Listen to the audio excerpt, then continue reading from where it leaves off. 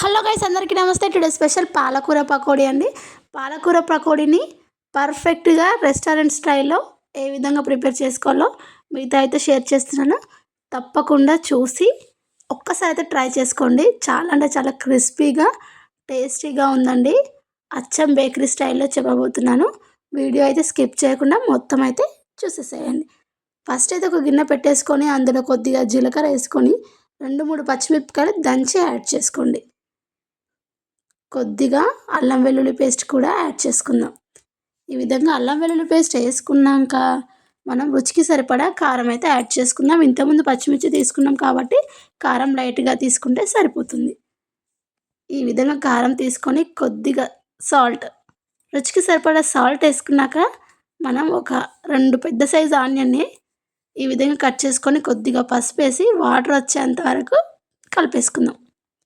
చూడండి, వీడియోలో చూపించే విధంగా కలిపేసుకోండి. పాలకూర వేసి అయితే ఈ విధంగా కలిపొద్దండి. మొత్తం పాలకూర ఆకులు పోయి కూర అయిపోతుంది ఇక్కడే. సో అందుకోసమే మనమైతే ఆనియన్స్ వేసి వాటర్ వచ్చేంత వరకు కలిపేసుకోవాలి. ఈ ఈ టైంలో మనం 1 కప్పు శనగపిండి, ఒక 2 టేబుల్ స్పూన్ రైస్ పిండి తీసుకున్నానండి. ఈ పిండి మొత్తం ఆనియన్స్కి పట్టే విధంగా కలిపేసుకోండి. మొత్తం ముద్దలాగా కలిపేసుకున్నాకనే మనం పాలకూరని తీసుకోవాలండి. ఫస్టే పాలకూర తీసుకున్నాం అనుకోండి, పాలకూర మనకు మొత్తం మెత్తగా అయిపోతుంది. సో అందుకోసమే నేను లాస్ట్కి లీవ్స్ లాగా ఉండాలనేసి నేనైతే లాస్ట్కి జస్ట్ వేళ్ళతో ఇలా ఇలా అంటున్నానండి. అస్సలు ప్రెస్ చేస్తూ కలపొద్దు. జస్ట్ వేళ్ళతో అనుకుంటే ఆకులు అనేవి కలిసిపోతాయి. చూడండి, ఈ విధంగా వీడియోలో చూపించే విధంగా నిదానంగా వేళ్ళతో పిండిలో కలిసే విధంగా ఆకుకైతే పట్టించండి పిండిని మొత్తం. మనము ఈ పిండిలో అడిషనల్గా వాటర్ తీసుకోవాల్సిన అవసరం లేదండి. ఈ పకోడీకి ఆనియన్స్లో వచ్చే వాటరే మనకు సరిపోతుంది. ఈ పకోడీని మనం పిండి కలిపిన వెంటనే చేసుకోవాలి. స్టోర్ అయితే చేసి పెడితే పిండి అనేది లూజ్ అయిపోతుంది. మనకు పకోడీ అనేది అంత క్రిస్పీగా రాదు.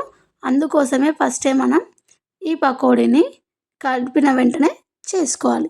ఇప్పుడైతే ఈ విధంగా బ్యాటర్ని అయితే చూసుకోండి. ఈ విధంగా ఉండాలి బ్యాటర్. ఇప్పుడైతే మనం వేసేసుకుందామా. చూడండి, ఈ విధంగా ఉండాలండి. మీకు వేయడానికి కంఫర్ట్ చూసుకొని వేళ్ళ సహాయంతో ఫ్రీగా వేసేటట్టు సరిగ్గా కొద్దిగా పిండిని పట్టేసుకొని మంటను హై ఫ్లేమ్లో పెట్టేసి ఆయిల్ వేడయ్యాక కొద్దిగా పిండిని అయితే యాడ్ చేసుకోండి. అంత పిండిని ఒకేసారి ముద్దలాగా అయితే వేసుకోకండి. మీకు వేళ్ళు ఆడిస్తూ వేసుకోండి. ఈ విధంగా మంటను హై ఫ్లేమ్లో పెట్టేసుకొని 2-3 నిమిషాలు అయ్యాక పకోడీని టర్న్ చేసుకుందాం. చూడండి, ఈ విధంగా వీడియోలో చూపించే విధంగా వేసేసుకోండి. మంటను మాత్రం సిమ్లో అస్సలు పెట్టొద్దండి. సిమ్లో పెట్టేస్తే పకోడీ అనేది ఆయిల్ పీల్చుకొని మెత్తగా అయిపోతుంది. అందుకే పకోడీ ఎప్పుడు చేసినా మీడియం టు హై ఫ్లేమ్లోకి అడ్జస్ట్ చేసుకుంటూ పకోడీని అయితే ప్రిపేర్ చేయాలి. అంతే అండి. చూడండి, మిగిలిన పిండిని కూడా ఇదే విధంగా వేసుకుందాం.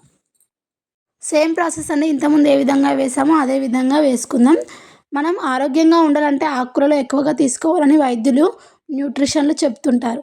ముఖ్యంగా మన ఆహారంలో తోటకూర, పాలకూర వంటివి వాటిని భాగంగా చేసుకుంటే మంచిదని కూడా సలహా ఇస్తుంటారు. కానీ మనం పాటిస్తామా? అస్సలు పాటించము. మనకు చికెన్, మటన్లో వెళ్తాయి కానీ ఆకుకూర, పాలకూర ఏ విధంగా వెళ్తాయండి? మనకు టేస్ట్ ఉన్నవి అన్హెల్దీ, టేస్ట్ లేనివి హెల్దీ. సో అందుకే మనమైతే ఎక్కువగా వాడము. కానీ ఎక్కువగా తినకూడదండి నాన్ వెజ్. పాలకూర కూడా ఎక్కువగా తినొద్దు. ఎంతో మనమైతే వీక్లీ వన్స్ అయినా తినాలి. పాలకూరలో ఆరోగ్యాన్ని కాపాడడం కోసం కావాల్సిన అనేక మంచి పోషకాలు ఉంటాయండి. పాలకూరలో vitamin A, vitamin C, vitamin కేతో పాటు కాల్షియం, మెగ్నీషియం, ఐరన్, తక్కువ క్యాలరీలు ఉంటాయి. కాబట్టి మనం పాలకూరను అయితే రోజు ఆహారంలో భాగంగా తీసుకుంటూ ఉండాలండి.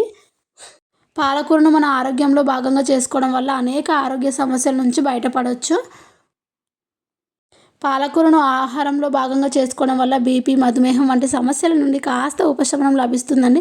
బీపీ కంట్రోల్లో కూడా ఉంటుంది. రక్తంలో చక్కెర స్థాయిలను నియంత్రించడంలో కూడా పాలకూర ఎంతగానో పనిచేస్తుంది. కాబట్టి మనం ఖచ్చితంగా వీక్లీ వన్స్ అయినా పాలకూరను మన డైట్లో ఖచ్చితంగా యాడ్ చేసుకోవాలండి. అందరూ తప్పకుండా యాడ్ చేసుకోండి. ఈ మధ్యన ఎవరికి హెల్త్ అయితే అస్సలు బాగుండట్లేదు. కాబట్టి కొద్దిగా మన ఆరోగ్యం మీద శ్రద్ధ మనమే పాటించాలి. కాబట్టి మన ఆరోగ్యం మన చేతుల్లోనే ఉంది. కాబట్టి మన ఆరోగ్యాన్ని మనమే కాపాడుకోవాలి. తప్పకుండా ట్రై చేస్తారు కదూ! పకోడీ అయితే మొత్తం పిండిని ఇదే విధంగా వేసేసుకోండి.